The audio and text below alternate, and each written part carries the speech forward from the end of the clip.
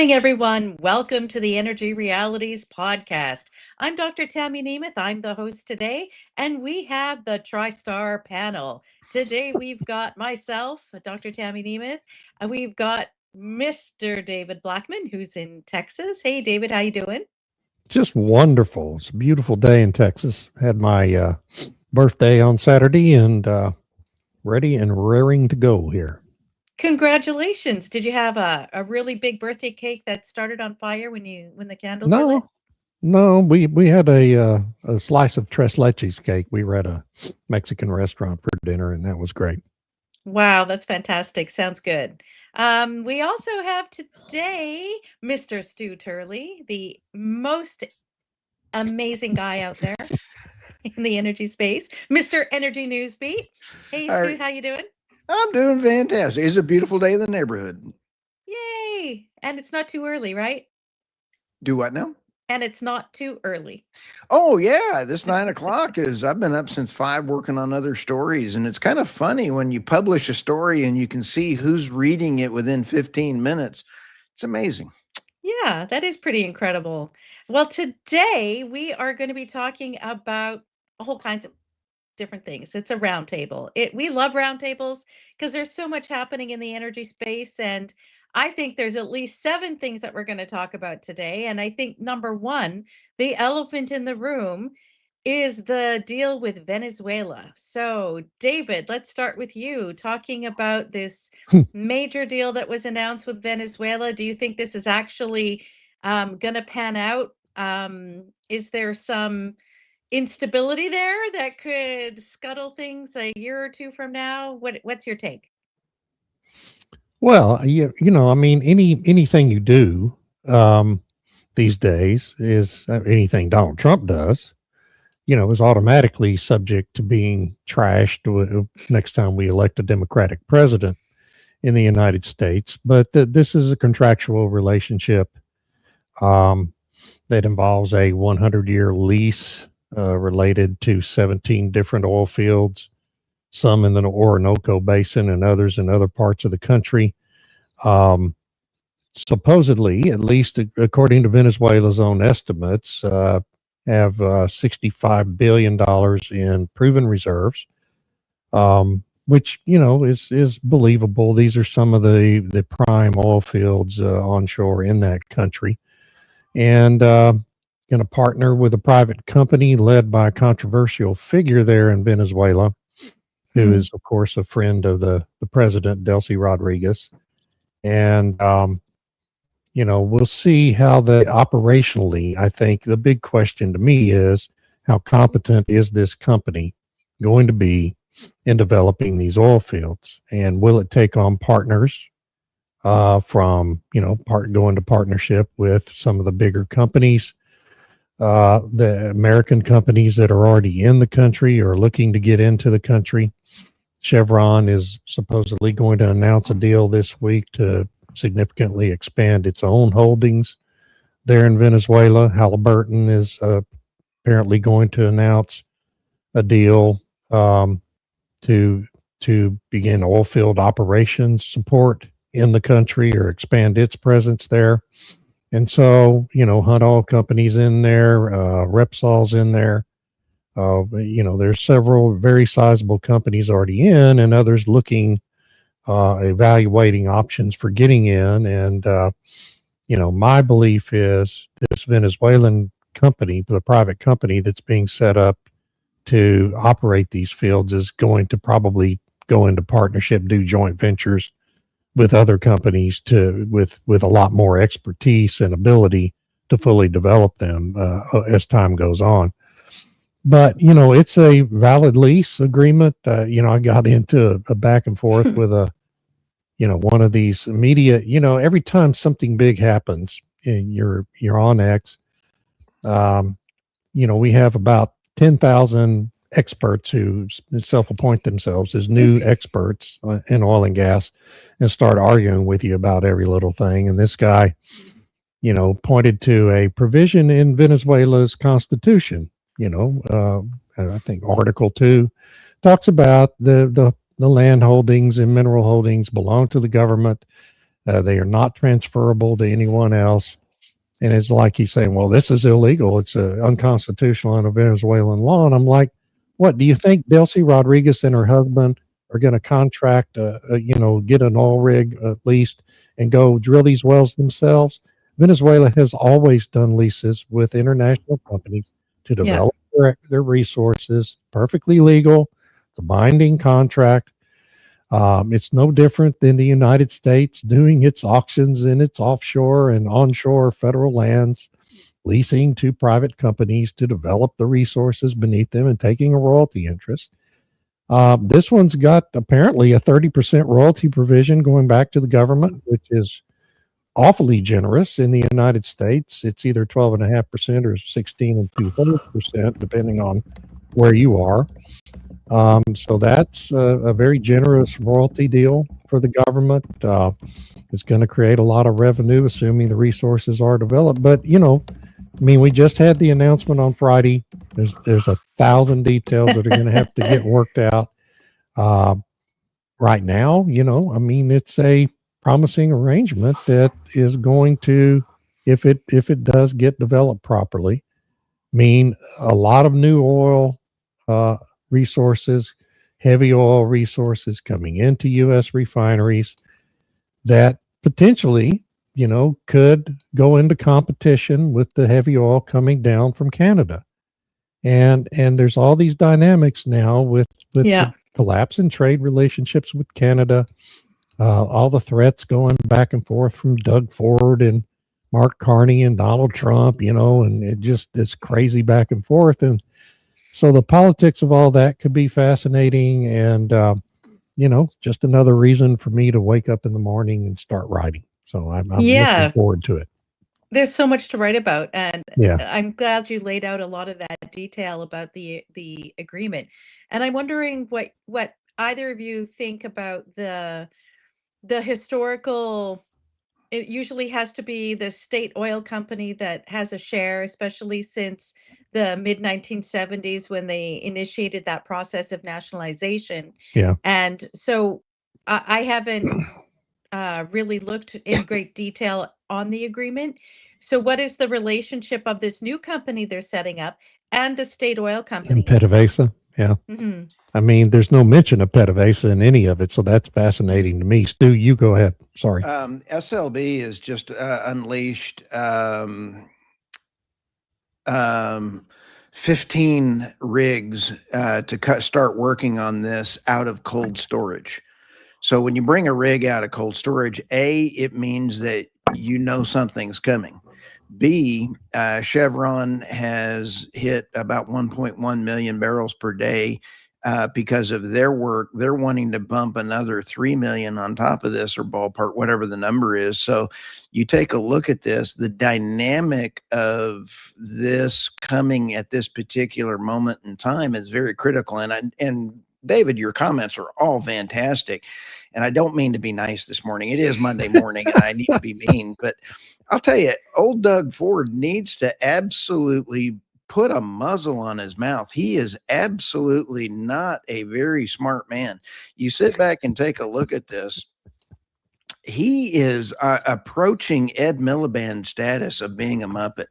And I'm sorry for saying that one as well, too. But when you sit back and look at New York City, I almost want to do a you remember that Pace Picani ad? New York City. If we're from Texas and we say New York City put $6 billion into a hydro line, and lines to other countries don't work. They've been getting about 30 minutes to an hour a day out of that because of the water shortage in Canada. And you spend $6 billion for we got power for 30 minutes. Woohoo! That is energy dominance negative is what that is. So you take a look at Ford, you've got line 5 problem that you shared that coming around, but we send up through the pipelines refined products to Ottawa. So old Doug's over there doing the elbows up again kind of a thing, which I think is absolutely. What is that? By the way, what is that elbows up thing? It's a It's hockey from match. it's a hockey metaphor. Okay, all right. I'm sorry, Yeah. Stu. Go ahead. Sorry. Oh no, it's a Gavin When they throw Newsom the gloves pretending to down, be yeah. a hockey player, you Yeah. know, and it's like, okay. Anyway, Doug is really messing with the wrong deck here. What they need to do is plan 10 years out like Saudi Arabia. Saudi Arabia has something. Let me bring to the stage this little item here, and that is what is going on around the world right now. And I think is part of this gigantic big picture is a change around the global choke points. And the Yes. change around the global choke points is really a huge thing. And one of the biggest things that I found while I'm writing all this stuff right now is all in economic cost in a price per barrel. And let's go ahead and take a look. This is also a great the Nemeth Report Substack. I want to talk about this article that you just put out in just a minute. And let's take a look at the all-in cost, full economic cost of major crudes around the world. This one up here is Saudi Arabia at $12. That's all in cost. I mean, actually, if you want to know the truth, it's closer to $3. Yeah. I mean, so you take a look at the all in cost. Let's come down here to Venezuela, $46. That's better than the Permian. Permian is whereas Brazil is in here. You take a look at all this kind of stuff. I'm verifying these numbers is why I haven't published this on my article yet. I'm sitting there kind of going, wait a minute. And we're over here at that number is, I got to zoom in there. So you take a look, the U.S. majors are looking outside of choke points and they're looking at all in cost. Venezuela, I think, is actually higher than that $46 number. So when President Trump thinks oil is going to get to $50, not anytime soon, unless 100% of the oil comes from Saudi Arabia, Iraq, Iran, Russia, Guyana, Brazil, and Argentina. They can't supply all of the oil. When you start looking at $50 oil, those are the only ones that can do the break even number. So I'm still working on these numbers. So those are pre-release numbers that I'm working on, and the numbers don't math up. Yeah, I mean, that's a really good point about the break even numbers, which tend to shift depending on inflation and um, the equipment costs and all of those different things. And I think the mentality is that if we put more oil on the market, it will lower the price and eventually it'll get to 50. But I don't see your numbers are right, Stu, in the sense that there's so many other factors that go into what is that break even point. Right. You have finance charges, you have all of these different things, insurance, and Regulatory whatnot, overreach. regulatory overreach, all of those different things that factor into it. So, yeah, it'll be interesting to see what happens in the next 5 or 10 years. But I get that Trump is trying to have that narrative that if we bring all this supply online, it will lower the prices, things will get lower at the pump. How about building more refining capacity? That would probably help lower prices. How about get rid of a bunch of the taxes? That would be helpful. Yeah, that would really help. Especially in the blue states, but there's no way that the blue states are going to lower their taxes on the No, at they're the all pump. running massive deficits. They can't. They can't. And plus, Yeah. they want to persuade people not to drive their car. And the biggest cudgel they have is to increase the price so people can't afford to drive their car. So, yeah, that's. Yep. Jeff has a great point. I love Jeff. The reserves that are identified prior to nationalization are largely in still places. The production volumes have been paltry. The systems have been eviscerated in Venezuela. It's not bring your own beer as I thought about in college, BYOB. It's BYOP, bring your own power. So you have to be running your own power stations because their grid is totally wiped out. But I want to bring up this really big point. China was buying, I believe it was 70%, 80% of Venezuela's oil at a deep discount. Then they were turning around and they were selling their products back to Venezuela at, wait for it, I'm going to pull a Joe Biden, retail. And they were bumping up the prices over here. And so all of a sudden, that real cost to Venezuela, or the money they were getting back and realized, was $10 a barrel. All of a sudden, you start looking back at how they're now restructuring this. The real winner is Venezuela out of this deal. Yeah, for sure. Yeah. Yeah. But I mean, if you think about what Maduro wanted for his country, it certainly wasn't to have all this money for the people. And you have to wonder what his motivations were for running the country the way he did and taking that deal and whatever else, right? And Yeah. so now there's an opportunity for Venezuela to grow and have a stronger economy like it did back in the 1950s, 1960s. So there's an opportunity there, but who knows what will happen. Like I think I commented on one of your LinkedIn posts, David, the historical reality of Venezuela, where they've had these military coups, I think Yep. 5 or 6 of them just in the 20th century. And, 4 of them ended up in military juntas, maybe 5. And sometimes that's been positive, and sometimes, as we had with Chavez, it was very negative. So it depends. And Venezuela has this history of being a bit of a roller coaster when it comes to these kinds of things. It is the father of OPEC. So it'll be interesting to see if they stay with OPEC. Do they leave the way others have? So does OPEC just fall apart? Yeah. A couple Because of, oh, yeah. yeah, go ahead. Nope. Well, I think they're fixing to get out of OPEC. I mean, I think that will happen within a pretty short period of time. I think that's the U.S. plan. The other thing about this is,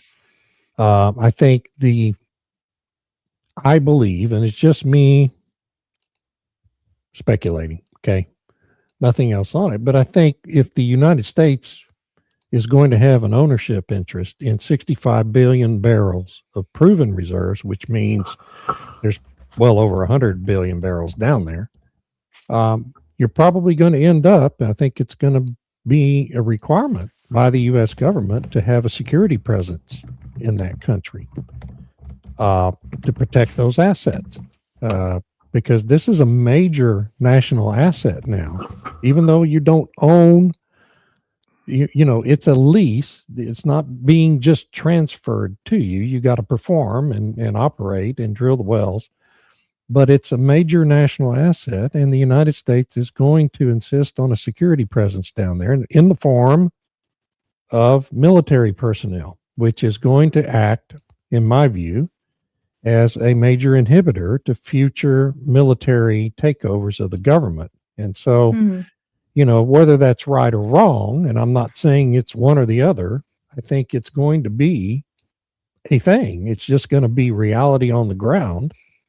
And, so to me, that would at least enhance the prospects for some stability in government, whether people are fans of the current government or not. As long as it's cooperative with the United States government, it's probably going to remain in power. And that's just how it's always worked in the Western Hemisphere.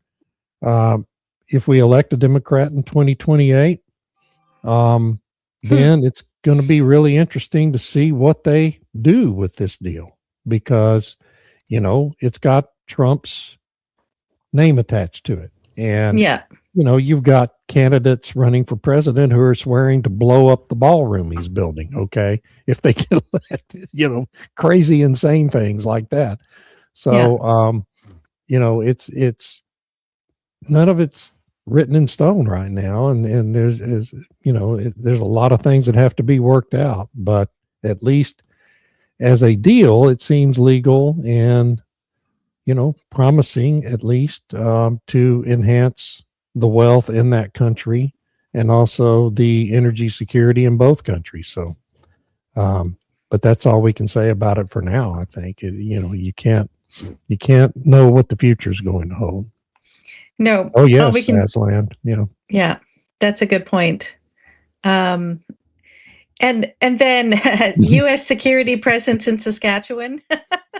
Oh I God. don't know, Let's Saskatchewan. hope that things don't come to that. Yeah, That Let let's would me be protect the wheat fields. I just put out yeah. an article from one of my Russian authors. Will there be an OPEC for Venezuela to leave? Yeah, I believe that there will be. Um, there's already been communication on whether or not Venezuela is going to remain in OPEC. That's already been going on. And then will there be a North American Petroleum Producers Club of Americas type thing? Or Yes, how I about a think that there Western will be. Hemispheric one? That's what I mean, the whole shooting Yeah, match. And so I North think that and there South. is going to be one. And I still think this is bringing up Aslan is such a cool cat. This is bringing up a bigger thing. Did Putin sponsor? I'm going to probably just throw a real horseshoe in today's podcast because I still think trading blocks are changing around the world. I see the new trading blocks, and I've been talking about this for a long time. They're forming, and I'm seeing communications between the countries. You're going to see Russia, China, India, Saudi Arabia, the UAE, and the United States, Japan in a major trading block, and you're going to not see the UK and the EU. So Are that you goes right on saying there. America's going to join BRICS? It's going to be a different thing than bricks. And I see bricks going away on the side. And I see as much gold as China, the US, and Russia are buying. I see a major change coming, and that's probably not for this podcast, but I think that there is enough in the works that Secretary Besson is doing the work of the Fed. The Fed is not working, and I Yeah. see that that is being ended. Okay. Before we dive into that one, which we should probably do in a different episode, I don't know I enough just about it to comment. I would like to just kind of tie this into Canada because as you had mentioned, Doug Ford, who's the Premier of Ontario, the Ontario has a lot of minerals and resources and whatnot, but it's also the manufacturing kind of heartland of Canada, and it's based mostly around automobiles. And back in the 1960s, we negotiated an agreement with the United States called the Auto Pact that created branch plants of American auto manufacturers in Canada and allow Canada to participate in the northern market, the North American market, so that it becomes integrated. And there was a side deal in the original free trade agreement of 1988, and this was carried over into the CUSMA. And what's interesting is that um, he's upset because they were trying to push this EV thing in Canada. Lots of money was sunk into it, both provincial and federal, and nothing happened. The money was sunk in, it disappeared, the projects ended. I think maybe one or two actually were successful, but out of like the 50 some billion that they spent, probably 1 billion was recoverable or whatever. So it's an insane thing. Sounds like And the U.S. aid budget. Anyway, go right, ahead. right. So, he's hurting because of this, the whole try to attempt to shift to the EVs. Trump is putting tariffs on. Now they're pushing to create Chinese EVs in Canada, which will never get into the American market. So, he's feeling this stress. But instead of saying to Mark Carney, negotiate something good, he supports this whole kabuki theater of walking away and everything, because I don't think Mark Carney legitimately wants a deal. I think he wants it to collapse. I think he wants Canadians to have a justification for his push to make us part of the EU, whether it's an associate member or whatever. And I'm going to have an article coming out in the next day or so about the implications of the Iceland vote yesterday, where they said, no, no thanks, EU. We're not even going to reopen consideration of joining you guys. So this has repercussions The Venezuela deal has repercussions for Canada. Like you mentioned, David, a lot of the heavy oil from Canada has been feeding down into the refineries of the Gulf Coast because of when Venezuela went all bat crazy and production dropped or whatever. And Yeah. that filled the gap, right?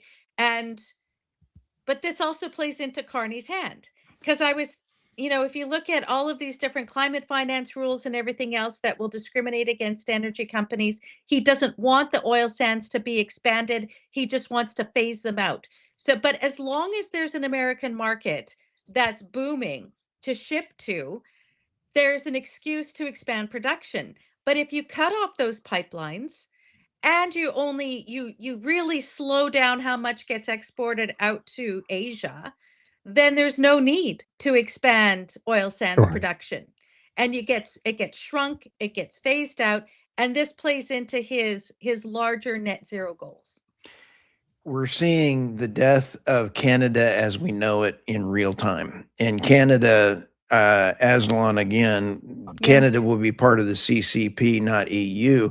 I believe in my heart that I'm watching Doug Ford and Mark Carney work with the United States Socialists of America and the Democrat Party to try to influence the midterms. I And I know. It's and crazy. and it's going to be the destruction of Canada as we know it right now. And I think that Alberta, our great snow Texans, stand a chance on their own. I really think that they need to claim independence, invite the United States to have one or two military bases, charge us a lot of money to have military bases, and then raise the rates so that they pay a premium for that oil field sands. Let's rock. Yeah, I don't know. I the Alberta referendum is just to say whether or not they're going to have another referendum on a real question, and it requires all of this consultation with Yeah. Indigenous people, apparently, which Quebec never had to do, but apparently Alberta has to do it, and just there's a lot of complications there. It would Can be I better if Alberta would to say, "Come on, Saskatchewan, come on, Northern British Columbia, let's create a block." That would make more sense. But for Alberta to try and do this on their own, I think it's problematic, and I don't know. can can I ask something about tariffs? And this is kind of mind-boggling to me that if a product is made, we've got metal going back and forth between the United States. It gets tariffed on the way here. We roll the aluminum here. It gets shipped back and it's tariffed again going back to Canada. And then it's tariffed between provinces in Canada. So I'm sitting there looking at the math on this, and no wonder China's kicking all of our butts. Yeah. This is absolutely tariff, tariff, ship, tariff, ship, tariff, tariff, tariff, ship, tariff, ship. And then you get it over here. No wonder a Ford truck is now $65,000 that they can remotely shut down and nobody will buy. This is nuts. Well, that's a really good point. One of the things about the Kuzma supposedly was that all of those products going back and forth because you get it in a raw state, then you ship it, it gets processed, it gets shipped back, and it goes back and forth several times. That it was supposed to be no tariffs on all of those different movements.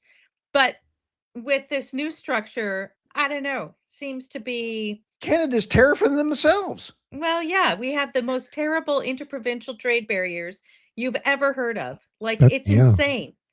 But every time a province tries to do something, the courts rule they can't. So I don't know. It's a You've problem. ruined an Oklahoma State graduate's way to calculate because I lost track because I lost my hand count of how many times a single product was counted. I'm sitting there counting on my fingers and I'm like, there's like 14 different tariffs on a single product. I was like, whoa. Yeah, and then what's interesting is that, the China ships raw steel or raw aluminum or whatever into Canada at a discounted price. which then Canada rolls into its own production lines and sends to the United States. But apparently, it's so ubiquitous and so messy. The Canadian manufacturers said they cannot differentiate between what is Chinese and what isn't, which I call BS. I They talked to know some folks that precisely. Come can. on. I talked to some Exactly. folks that Yeah, can. they There have are to know. about 80 Canadian rigs working in the United States. They are breaking because of cheap Chinese. I'm writing a story. I'm trying to get details. It's tough, but they're finding a very high breakage point in the field. This is a Hmm. safety issue.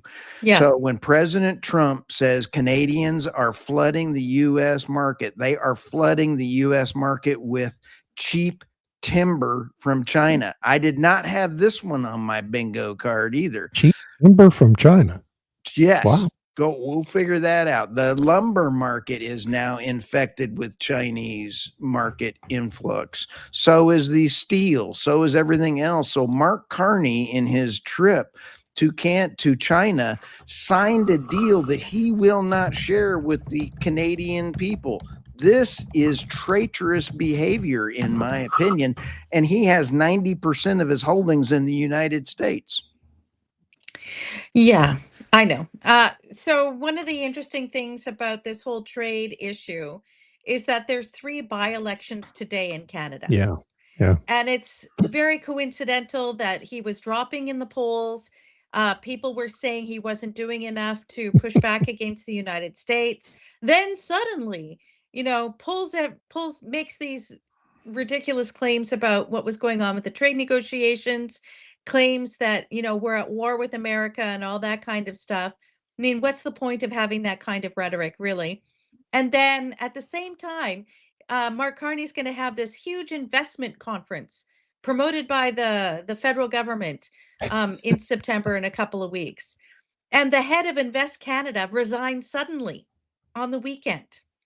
She's supposed to be coordinating the logistics of this conference. Wow. Then within 24 hours, all over X, all these liberal supporters putting out their tweets about how amazing this investment conference is going to be, all these institutional investors, America's going to be losing out, Canada's the place to go for investment. And I'm thinking, investment in what? Any kind of project takes at least 10 years, 7 if you're lucky, to even put a shovel in the ground. So what exactly are they going to be investing in? Yeah. I don't know. They haven't That fixed that makes it problem. hard. The delays, the bureaucracy in Canada, the EU, and the United States. I mean, it just makes everything so unnecessarily hard, but it protects the turf of these bureaucrats and expands their influence. And it's a pernicious thing throughout the Western world that we just can't get away from. It's a point I made about the Venezuela deal. There were people all over X talking about, oh, we're just going to drop the price of oil to $60 next week, and stuff like that. No, man, this is 7 to 10 year projects, under ideal circumstances. Yeah. In the greenfield areas. The brownfield areas, you can probably enhance production fairly quickly by refurbishing wells and replacing dilapidated equipment. And we've already done a lot of that in Venezuela this year, but these greenfield leases, that's a major capital investment. It's time consuming, and it's the infrastructure's not there. Yeah. On top of everything else, they're in some of it's in remote areas, very very primitive road infrastructure and things like that. So this is a long-term play, and it has to be in a lot of ways. It's not going to happen fast. So, but it's same thing all over the West, and it makes us less competitive all the time with China. And it's our own fault because we all decided as countries back in the 70s and 80s, we're going to get out of mining, get out of oil and gas. Jimmy Carter famously saying we're going to run out of oil by 2000, and all that nonsense that was happening during that period of time. And it wasn't just in the U.S., it was all over the Western all over the world. world. Yeah. And we just ceded all that hard, heavy industry to Chinese influence. And now we sit here in 2026 and wonder why they control all the supply chains. Well, they control all supply chains because we wanted them to through, as a Yeah. project of globalism. And so here we sit in terrible situations in a lot of ways.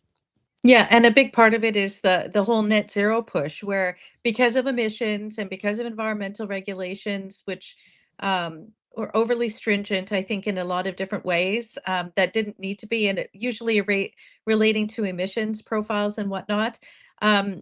That's a major cause for the deindustrialization that Oh, we're yeah. seeing in Europe for sure, and a big chunk of it for the United States and Canada as well. So, yay, net zero, Yay, net one more way zero. to Regional net zero. We get to say we're at net zero here in Canada and Great Britain and Belgium. And meanwhile, China's just belching it all out with coal-fired plants and industrial installations and building all our solar panels and windmills for us. It's incredible. So Yeah. stupid.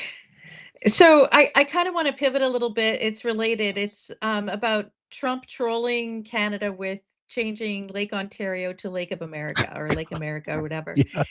And it was interesting because George Friedman of Geopolitical Futures did the Q&A where subscribers can ask him questions. And there was a whole bunch about Canada that the Canadians are feeling very combative and emotional about this thing. And he said, look, you have to remember that in trade negotiations, it's about putting your opponent off balance. And if the minute you give in to emotionalism, you're done. You'll make stupid decisions. And, this isn't helpful if you're trying to get a good deal. Yeah. And I don't know how emotional our trade negotiators are, but the public certainly is, where they have, they're just like flipping out about the changing of the name. And one of the interesting things that have been pointed out across social media and amongst Canadian discussion circles is that why why are you mad about Donald Trump changing the name of something when cities and provinces all over the country have changed names to things that are unpronounceable Yeah. in order to accommodate Indigenous considerations? Like there's streets in Winnipeg, in Vancouver, in Edmonton, or whatever, that it's like if I was in an emergency and I said to the police, I'm on the corner of a street, and they'd be like, what's the corner? I'd be like, I don't know. I can't pronounce it, because it doesn't even use the Latin language like alphabet. It uses some weirdo alphabet. So it's like, why are you mad about him changing the name of the lake when you're doing it every day in the country? Yeah. So I thought that was funny.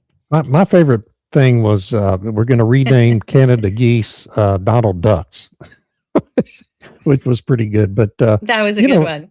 but there's all kinds of things that different countries give different names to. The river that separates Texas and Mexico, we call it the Rio Grande in Texas, but in Mexico they call it the Rio Bravo. It's the same river, different Hmm. name. Yeah. And so it's not unprecedented. It's kind of silly, but I do agree that it's a tactic President Trump uses in negotiations, and it's one reason why he's so effective in doing it.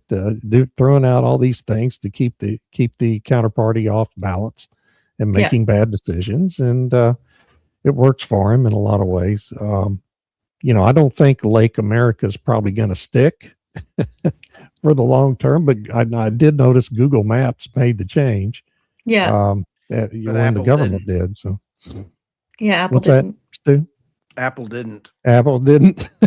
Okay, well, Trump will have the Cook. CEO. Yeah, what's his first name? I can't remember his first name. Tim. Tim. Yeah, Tim Tim Cook. Apple. He calls him Tim Apple. He'll have Tim Apple up at the White House pretty soon and chastise him for that. So coincidentally, or not, while all this stuff was happening, there was an accident last week on Enbridge's Line 5 rerouting around one of the native tribes in Wisconsin. And somehow a parked semi truck rolled down and hit an open pit where they were working on moving the pipeline. And this other pipeline had been carrying natural gas propane and natural gas liquids, and it had this big plume of gas or whatever, Yeah. and they've been cleaning it up and whatnot.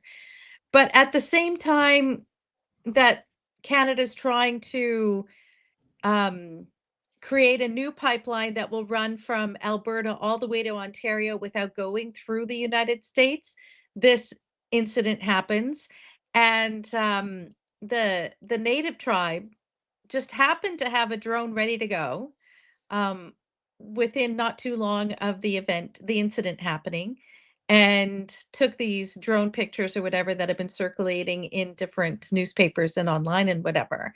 So I just find that very fascinating that just when all this other stuff is happening, Yeah. this incident happens. It's really kind of amazing. As a former crisis response specialist in another life, I was really impressed by Enbridge's fast response to that. You know, I mean, it was very quick and nobody was hurt, and it was, you know, really good performance by the company. On Line 5, we also had this decision by the Supreme Court in Michigan last week, Yeah, um, delaying the reissuance of Enbridge's license for Line 5, yeah. which, you know, by a bunch of left-wing judges who took a lot of money from Jane Fonda's super PAC just before they issued that decision, you know, kind of suspicious. But it's, you know, you look at it in the context of the trade negotiations between the U.S. and Canada. It's Canada's big weakness. Enbridge carries refined products and crude oil into Ontario, right, on a pipeline from that takes its feedstock from a couple of refineries in Wisconsin that bring what, oil sands crude into the United States on a different line. They refine it at those refineries. Enbridge picks it up, moves it into Ontario. And so it's just illustrative of how dependent Ontario and the whole eastern part of Canada, the big population areas, are heavily reliant on the United States for their energy security, and it really weakens Carney's position in those negotiations. You know, Doug Ford, you know, came out the big bombast last Tuesday and was holding a press conference, and you know, well, we're just going to stop exporting electricity into the United States because they do export a lot of hydropower electricity into the U.S. and 1% that's, of you the know, US grid comes from Canada. yeah, Yeah, but still in significant areas. but To it's an those empty threat. impacted, It's an empty threat because then, you know, you do that. Well, Trump just turns off the pipelines or this pipeline shut down, and suddenly, you know, Canada's in a terrible situation. So it just, in someone, a reporter reminded him of that during that press conference. He's like, well, that's just crazy. Well, yeah, it is kind of crazy, but it's because you won't build your own pipelines. So Yeah. anyway, Yeah, it's there's a just lot of interesting. different reasons why that pipeline all across Canada hasn't been built. And Yeah. a lot of it comes down to who's going to pay for it. Or can you ensure that there's going to be enough buyers for the product to justify that pipeline? Because when Yeah. it goes down south, then that's what makes it economical. And you know, right now I'm trying to imagine what it would take to get the environmental approvals to be blowing up parts of the Canadian Shield because it's solid rock. And unless you're going to have Yeah. that oil pipeline run above ground in -30 conditions, which is kind of stupid, Yeah. It wouldn't um, really work, probably. it wouldn't really work. And so you'd have to be, they did it for the Trans Canada pipeline, which is the large natural gas pipeline that connects Alberta to Ontario and Quebec. That they did that one all through Canada through the Canadian Shield, but that was in the 1950s. Yeah. And you know what it would take now to build that, I don't know. But Alberta and Ontario signed a memorandum of understanding about a month and a half ago, saying that they agree that they want to do this, but they need federal permission because it crosses different provincial boundaries. So good Yeah. luck. Good luck doing that. Maybe this will help. the Alaska pipeline, much of it is above ground. That's true. Yeah. So that it doesn't damage the permafrost. No, in fact, they got moose and elk crossings in there. Yeah. I actually sold a bunch of stuff up there in Alaska and loved all my trips up there. So Beautiful place. it is. The And all caribou the have, signs have been shot. Do not shoot the signs, and they're all been shot. You got to love Alaska. The caribou population massively expanded in the first 5 to 10 years after Trans-Alaska opened up due to the warmth the pipeline provided them during the winter. And the caribou population, I can't remember, is like expanded by 600% or something like that. So it's instead of being a disaster for the wildlife, it was a big boom for them. Aslan brings up a great point. You know, New York, especially, got electricity that shut off due to windmills. But New York City spent $6 billion for this thing to happen, to have 30 minutes of power. Absolutely, Yeah. it displays It's genius, energy dependency at its finest. sheer genius. Okay, so I want to pivot a little bit after talking about Canada. Let's talk a little bit about Iran. So there's been rumors circulating. Stu, I'm going to point this one at you. Do you think America will attack Karg Island? The jury's out on that. President Trump, somebody please get that phone away from that man, and let him think before he responds. Uh, I've been saying that for 10 years, Stu. It's not ever Oh going my to happen. goodness, he is entertainment at its finest.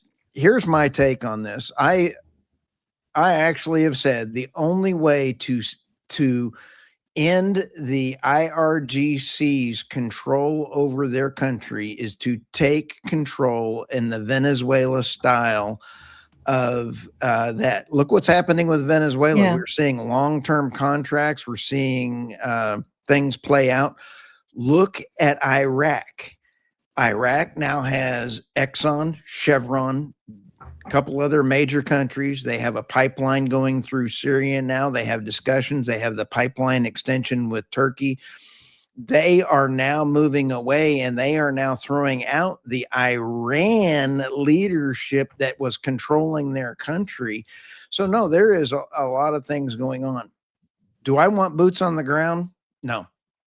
Do I see, and if I talk to some folks over there, the IRGC cannot pay the Iranian police departments now.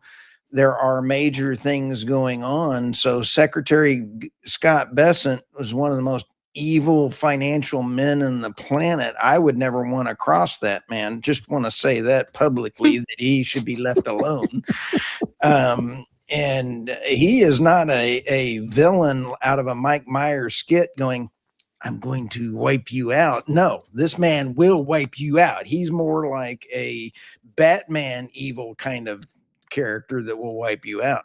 So I see some things changing in Iran, and I don't think we will need boots on the ground. Kepler finally admitted that oil is sneaking out. By my Oklahoma State crayon math, we're now only short about 5 million barrels per day that is now short around the world. Now we're short a billion barrels of oil out of reserves ballpark. Again, I'm just throwing some numbers out there. Diesel is the major story of the day, and we are Yeah. going to see a gigantic impact to the Trump administration and the EU and the UK and Canada with the diesel shortage, because Russia is not sending out anything. They have had their refineries all hit. They are down 40, they're down 60% in their refining capacity. India is the refining swing trader right now. Yeah. You now have China buying oil again from Saudi Arabia. That has then shifted from Iran. They scooped Yeah. their biggest customer. So I see things changing very positively for everyone around the world. Yeah, Aslan Pilot Car has a good point there. I talked about this a little bit with Joseph Fournier, that China is making diesel from coal, so it's deploying the coal gasification like what Germany did during World War II. So that's an interesting development as well. And I wonder about, will Europe wake up and build more refineries? Or will they stay dependent on other jurisdictions now that there's all this competition out there? I think they won't, just because it doesn't fit their Green Deal net zero Right. sort I of mean, under the current trajectory. leadership, right? Yeah, there's no way. They certainly won't because they're all WEF acolytes like Ursula von der Leyen and what's the dude's name in France? Anyway, yeah, but elections happen and Macron's things could wife change or in Europe. Macron? Macron. Oh, sorry. Some things are just funny.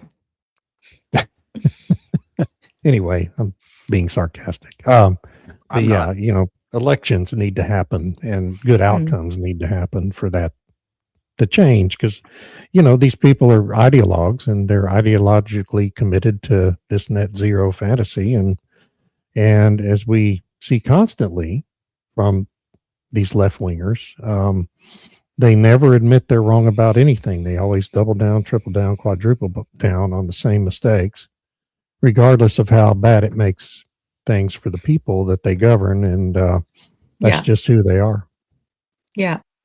Well, speaking of the EU, Irina had a really good piece this morning about the lack of filling of the natural gas reserves or whatever in Europe. And part of it is this sort of they've been holding back, hoping prices would go down. And so now they're in a situation where they're hoping it's gonna be a mild winter, which I doubt it's going to be, you never know, but with the type of weather systems we've had over the past little while, it's more likely it's gonna be a harsher winter than the last year or 2. Um, so what's your take on, the EU once again not, filling its gas reserves in a timely fashion? Well, I mean, we've been concerned about that for several years running now, and they always find ways to, I mean, the oil industry, the energy space, it's pretty flexible and creative in avoiding major disasters, but they do seem to want to live on the edge with this every year, and eventually you're not going to have a warm winter like they've had, for the last several years, as you said. Eventually, you're going to have a harsh winter that's really going to create big problems, and I mean, I certainly don't hope anything terrible happens, but they're putting themselves in a high risk situation that there are ways to avoid, and they ought to be avoiding it. Yeah. Stu, what do you think? I don't know that I can voice my opinion publicly right now on this, and I'll just say that I think that the EU and the UK and Canada have followed the net zero methodology too far. Deindustrialization is now real. There is a correlation between green energy and the belief that it is cheaper. It is not cheaper. But let me throw this at you. Elon has just filed paperwork to build the largest solar factory to automate it. And if anybody can do it, he is about up there with Secretary Bessent being very creative. And if anybody can, Elon can't. Now, does solar belong on the grid at scale? I'm going to say no, not with current technology, not with the wind current technology, because on an asynchronous grid solution at 60 hertz or 50 hertz, they do not belong on the grid at scale without keeping other forms of asynchronous energy moving forward. So Yeah. my answer is the leadership. I do not know them personally, but I do not believe that they believe in God. I don't believe that they are capable of praying, and they should be praying now for a warmer winter rather than going, we might have a warmer winter.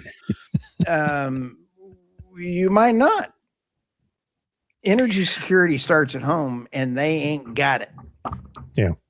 So speaking of Elon Musk, my husband told me on the weekend that he was going to be building, it will cast its own gas turbine blades or something Yep. to cut at a foundry in Texas to cut the lead times. Um, because the turbine manufacturers are so slow. Well, they are. So, yeah. Let's And, see. Where did I write on that one? did you I write wrote. about that, Stu? I did. Let me find it. Game changer. Here we go. Launching new turbine blade factory. Here we go. And it is at SpaceX and Tesla are building a 100 gigawatt per year of solar production capacity, but it's also going to be on the blades because he can use them in his Raptor engines. And Right. whether or not he can build them for AI and who else can it be? It's going to be in Bastrop, Texas.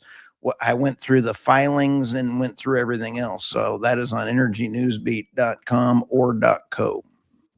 Yeah, that corridor from Austin to Bastrop is going to become a major manufacturing industrial corridor in Texas. 30 miles of what 20 years ago was empty country land. It's going to become a fully developed corridor very quickly. Which is good. That's good that manufacturing is coming back Yeah. to the United States in the free state of Texas. Yep. Who knows? Maybe if Elon makes enough of these solar panels for himself, he can actually run his Tesla factory partially on solar. It's run on natural gas right now and has been since it opened. Yeah. The man's solar not factory stupid. is called not Crystal Meth, but Crystal Palace. That was another article that I wrote the other day, and it's amazing on that factory that he's got going out. It's going to be fully automated. Now, here's the thing and the rub. There is less than 1% being recycled of solar panels in the United States right now. Yeah. We have a toxic problem. Yeah. This is not like a toxic sock syndrome. This is toxic problem with land and farm animals and everything else. Once a solar farm is put out on farmland, that land is ruined permanently. Yeah. Well, we That is just true. had this terrible example last week. We had these huge fires in Palo Pinto County, right outside of Fort Worth, and one of them burned the land underneath a big solar array and was melting, obviously, many of the solar panels. And I just can't imagine what kind of toxic chemicals are leaching into the soil right now. And I wonder who's going to be responsible for it. And I wonder if our state government is going to do a proper investigation and audit of all that. And in New York, I don't know about the UK or Canada, but in New York, it is legal if you bury it 3 feet under, you're considered good. Yeah. I consider that stupid. Yeah, because it condemns the land permanently from farm use. Yeah. Anyway. So for people who want to look more positively at the sort of innovations and developments that are happening in the world, but predominantly in the United States, I would like to recommend Matt Ridley's Rational Optimist Society. And on his Substack, he's got something called the Innovators League 30.